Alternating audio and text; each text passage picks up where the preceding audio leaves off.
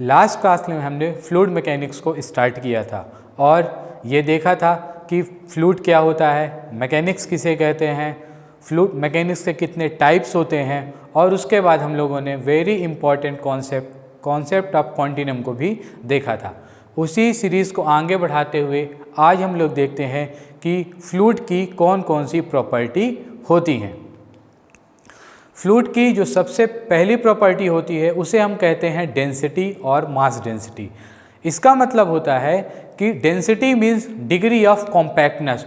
कोई भी मैटर कितना ज़्यादा कॉम्पैक्ट है वो हमको उसकी डेंसिटी से पता चलता है। तो डेंसिटी और mass density of a fluid is defined as the ratio of mass of a fluid to its volume. Means एक गिवन वॉल्यूम में हर पर्टिकुलर मास के कितने मॉलिक्यूल्स उपस्थित है उसे हम लोग मास डेंसिटी कहते हैं। जनरली जो डेंसिटी की यूनिट होती है इसे हम लोग केजी पर मीटर क्यूब से डिनोट करते हैं। जनरली डेंसिटी का जो फॉर्मूला होता है उसे हम कहते हैं mass of fluid to volume of fluid.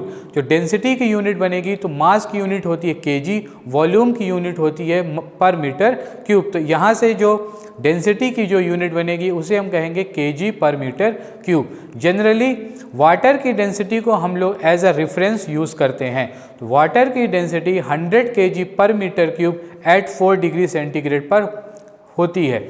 Generally यदि आप लोगों से पूछा जाए कि वाटर की डेंसिटी कितनी होती है तो हम लोग जनरली बोलते हैं 1000 केजी पर मीटर क्यूब होती है, लेकिन वाटर की density 1000 KG per metre cube 4 degree centigrade पर होती है। जनरली मास डेंसिटी को हम लोग mass of fluid to volume of fluid से डिनोट करते हैं। यहाँ पर मास की यूनिट जो होती है वो होती है केजी और वॉल्यूम की यूनिट होती है पर मीटर क्यूब। जनरली हम लोग वाटर को एज अ रेफरेंस यूज़ करते हैं तो वाटर की density 1000 KG per metre cube होती है और हम लोग इसे 4 डिग्री सेंटीग्रेड पर कैलकुलेट करते हैं। वाटर की डेंसिटी 4 डिग्री सेंटीग्रेड पर सबसे ज़्यादा होती है, इसलिए जब हम इसे रेफरेंस लेते हैं तो इसे 1000 KG per metre cube denote करते हैं।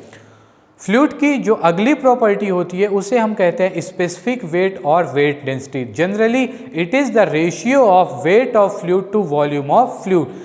वेट ऑफ फ्लूइड को हम लोग लिखते हैं mass of fluid into acceleration due to gravity divided by volume of fluid. तो मास अपॉन वॉल्यूम को अभी हम लोगों ने देखा पिछली स्लाइड पे कि मास अपॉन वॉल्यूम को हम लोग डेंसिटी से डिनोट करते हैं, तो यहाँ पे हम लोग इसे रिप्लेस करके volume of mass of fluid to volume of fluid को हम लोग डेंसिटी से रिप्लेस कर देंगे। तो जो हमारी स्पेसिफिक ग्रेविटी बनेगी, स्पेसिफिक ग्रेविटी का जो फॉर्मूला बनेगा वो मिलेगा W equal to rho into g. The value of specific or weight density of a water is 19.81 into 10⁻³ newton. Fluid की जो अगली प्रॉपर्टी होती है उसे हम लोग कहते हैं specific gravity. Specific gravity it is the ratio of weight density or density of any liquid to weight density or density of water. Generally हम लोग जब भी दो फ्लूइड का कंपेयर करना होता है तब हम लोग स्पेसिफिक ग्रेविटी का यूज़ करते हैं। स्पेसिफिक ग्रेविटी इसकी कोई यूनिट नहीं होती, ये एक डायमेंशन लेस पैरामीटर होता है। स्पेसिफिक ग्रेविटी को जनरली हम लोग रिलेटिव डेंसिटी भी कहते हैं। और जब भी हम लोग इस कंपेयर करेंगे तो लिक्विड के केस में हम लोग वाटर को एज अ रेफरेंस लेते हैं और गैसेस के केस में हम लोग एयर को एज अ रेफरेंस काउंट करते हैं। जैसे फॉर एग्जांपल हमारे पास किसी भी मरकरी की स्पेसिफिक ग्रेविटी 13.6 दी हुई है। अब यदि हमको इसकी डेंसिटी कैलकुलेट करनी है तो हम लोग इसकी स्पेसिफिक ग्रेविटी को वाटर की डेंसिटी से कैलकुलेट करेंगे तो हमें 13.6 into 10⁻³ KG per metre cube मिलेगा, जो कि मरकरी की डेंसिटी होती है। नेक्स्ट हम लोग एडहेसिव फोर्स पढ़ते हैं। एडहेसिव फोर्स क्या होता है? किसी फ्लूइड पार्टिकल का किसी दूसरे फ्लूइड पार्टिकल के साथ जुड़ने के लिए जो अट्रैक्टिव फोर्स लगता है उसे हम लोग एडहेसिव फोर्स कहते हैं। जनरली आप लोगों ने देखा होगा कि जब भी हम एक ग्लास वाटर लेते हैं तो वाटर और जो ग्लास का सरफेस होता है वो वेट हो जाता है। ऐसा इसलिए होता है क्योंकि उस केस में जो एडहेसिव फोर्स की वैल्यू ज़्यादा होती है। The force of adhesive is defined as the force between different molecules such as glass and water. दो डिफरेंट मॉलिक्यूल्स के बीच में लगने वाला फोर्स एडहेसिव फोर्स कहलाता है, जबकि कोहेसिव फोर्स दो सेम मॉलिक्यूल्स के बीच में लगने वाला फोर्स कोहेसिव फोर्स कहलाता है। नेक्स्ट होता है वेटिंग लिक्विड किसे कहते हैं। Waiting is the ability of a liquid with contact with a solid surface resulting from the intermolecular intersection when two molecules brought together। It means जब दो molecules पास में आते हैं तो वो एक वेटिंग सरफेस देते हैं। वेटिंग सरफेस हमें कब ऑब्टेन होता है, जब एडहेसिव फोर्स की वैल्यू कोहेसिव फोर्स की वैल्यू से बहुत ज़्यादा होती है, तब हमें वेटिंग सरफेस मिलता है। जनरली वेटिंग सरफेस के लिए या वेटिंग लिक्विड के लिए एंगल ऑफ कॉन्टैक्ट थीटा की जो वैल्यू होती है वो थीटा की वैल्यू 90 डिग्री से कम होती है।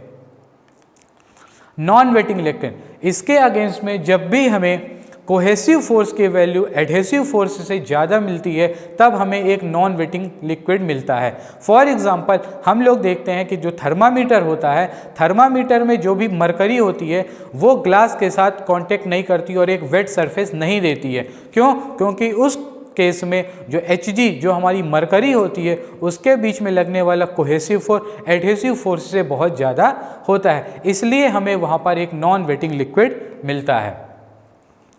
नॉन वेटिंग लिक्विड के केस में जो एंगल ऑफ कांटेक्ट होता है वो 90 डिग्री से ज़्यादा होता है। जैसे हम लोग किसी सरफेस पर एक लिक्विड ड्रॉपलेट रखेंगे और उसका जब एंगल ऑफ कांटेक्ट मेज़र करेंगे तो वो एंगल ऑफ कांटेक्ट हमेशा 90 डिग्री से ज़्यादा मिलता है। यदि 90 डिग्री से कम मिलता है तो वो हमारे लिए वेटिंग लिक्विड है, और यदि 90 डिग्री से ज़्यादा मिलता है तो वो हमारे लिए नॉन वेटिंग लिक्विड कहलाता है।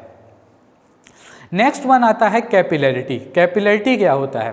Capillarity is defined as a phenomena of rise or fall of a liquid surface in a small tube relative to the adjacent general level of liquid when tube is held vertically in the liquid. Generally आप लोग देख रहे होंगे कि एक beaker में हम लोगों ने एक लिक्विड रख रखा है और इसमें हम स्मॉल ट्यूब की एक स्मॉल डायमीटर की एक ट्यूब इंसर्ट करते हैं। जैसे ही हम एक स्मॉल डायमीटर की ट्यूब इंसर्ट करते हैं तो वाटर लेवल या तो एक रेफरेंस लेवल से ऊपर चला जाता है या वाटर लेवल उस रेफरेंस लेवल से नीचे रहता है।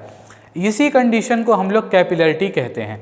जनरली जब हमारा लिक्विड रेफरेंस लेवल से ऊपर चला जाता है तो हम लोग इसे कैपिलरिटी राइज कहते हैं, और यदि हमारा लिक्विड रेफरेंस लेवल से नीचे रहता है तो हम लोग इसे कैपिलरी फॉल कहते हैं।